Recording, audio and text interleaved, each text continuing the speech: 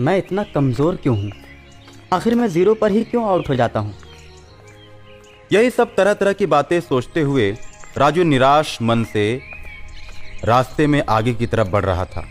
गर्मी का दिन था, इस वजह से राजू कुछ दूर चलने के बाद थक कर बरगद के पेड़ के नीचे बैठ जाता है। अचानक उसके मन में एक ख्याल आता है। मेरी मम्मी तो कहती है कि गर्मी के समय दोपहर में सुनसान जगह पर नहीं बैठना चाहिए। वहाँ पर अक्सर भूत रहते हैं, इसलिए मुझे यहाँ पर नहीं बैठना चाहिए। राजू मन ही मन ये बात सोचता है और तभी धूल भरी आंधी में एक जिन उसके सामने प्रकट होता है। जिन बच्चे का रूप धारण कर लेता है और राजू से बोलता है, मित्र, तुम क्यों उदास हो? मैं इसी बरगद के पेड़ पर अकेले रहता हूँ। तुम हमेशा मेरे साथ यहीं पर आकर खेला करना। जिन हाथ में बॉल लेकर राजू की तरफ फेंकता है। राजू उसकी दी हुई सुंदर बॉल को देखकर बहुत खुश होता है और अपनी क्रिकेट वाली सारी बात उसे बताता है कि किस तरह उसके दोस्त उसके साथ ऐसा बुरा व्यवहार करते हैं। मैं तुम्हारी बातों को समझ गया। अब तुम्हारे साथ वो ऐसा कभी नहीं करेंगे। मैं तुम्हारे शरीर में प्रवेश करके खुद ही क्रिकेट खेलूंगा और अकेले दम पर पूरा मैच जिता दूंगा और नाम तुम्हारा होगा। छोटे जिन की बात सुनकर राजू बहुत खुश होता है। छोटा जिन और राजू साथ साथ मिलकर खूब खेलते हैं। दोस्त, शाम होने वाली है। मेरी मम्मी मुझे ढूंढ रही होगी। अब मैं घर चलता हूँ। कल फिर तुम्हारे साथ खेलने आ जाऊंगा। ठीक है दोस्त, कल मैं तुम्हारा यहीं पर इंतजार करूंगा। राजू अपने घर चला जाता है। अरे राजू, आज तुमने बहुत देर लगा दी।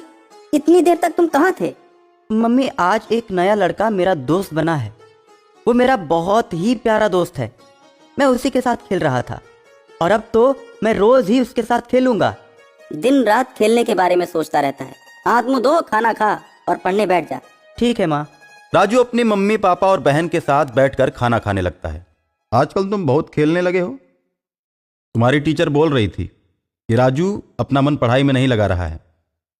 तुम किसी टीचर के यहाँ ट्यूशन कर लो और अच्छी तरह पढ़ो। नहीं पापा, देखना इस साल मैं क्लास में सबसे टॉप करूंगा। खाना खाने के बाद राजू पढ़ने लगता है। आधी रात को खिड़की के दोनों दरवाजे हिलने लगते हैं। राजू खिड़की की तरफ देखता है तो उसे जोर जोर से हवाएं चलने की आवाज सुनाई देती है। छोटा जिन खिड़की के रास्ते उतरकर राजू के पास चला आता है और राजू से बोलता है, राजू, इतनी मेहनत करने की कोई जरूरत नहीं है।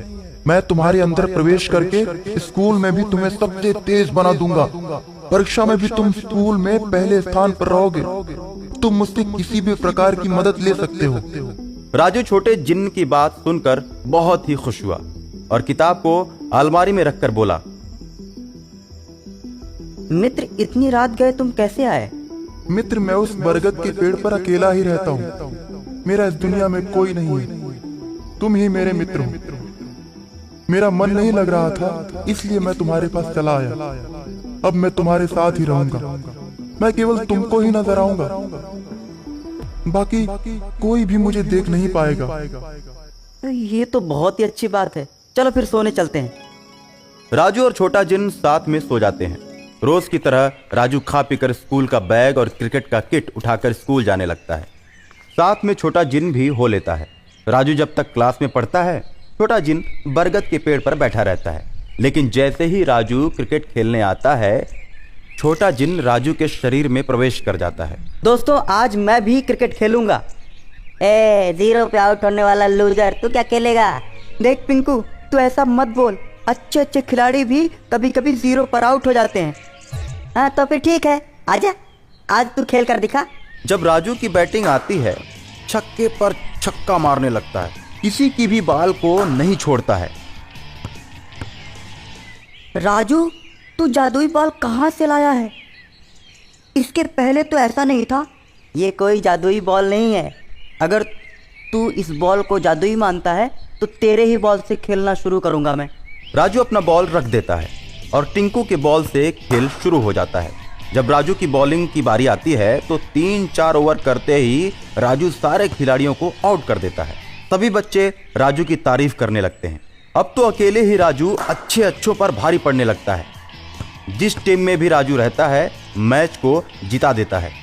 दूर दूर तक राजू क्रिकेटर को लोग जान जाते हैं। दोस्त राजू, मजा आया ना क्रिकेट खेलकर? आज तो हम दोनों ने सारे बच्चों के छक्के छुड़ा दिए। हाँ दोस्त, मैं तुमको मान गया।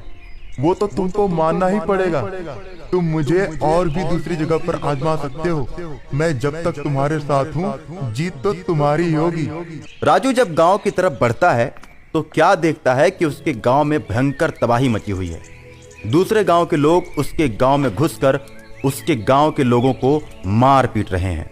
देखो राजू, तुम्हारे गांव में एकता नहीं है। कुछ ही लोग तुम्हारे गांव में आकर तुम्हारे ही गांव के लोगों को पीटते हैं। एक दूसरे को पीटता देख कोई भी आवाज नहीं उठाता, बस चुपचाप पीटते हुए देखते रहते हैं। इस तरह एक एक कर वो सभी को पीट के चले जाते हैं।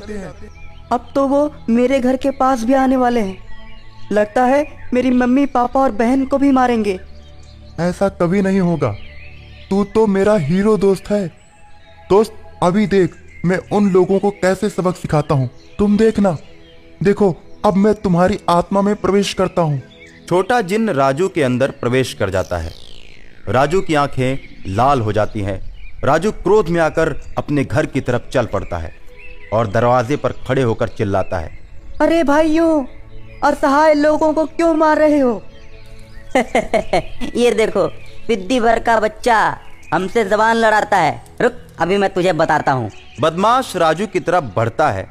राजू की आंखें और भी डरावनी हो जाती हैं।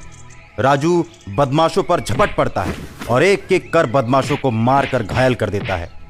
और इस तरह सारे बदमाशों को जब राजू मार देता है तो गांव वाले राजू की जय जयकार करने लगते हैं।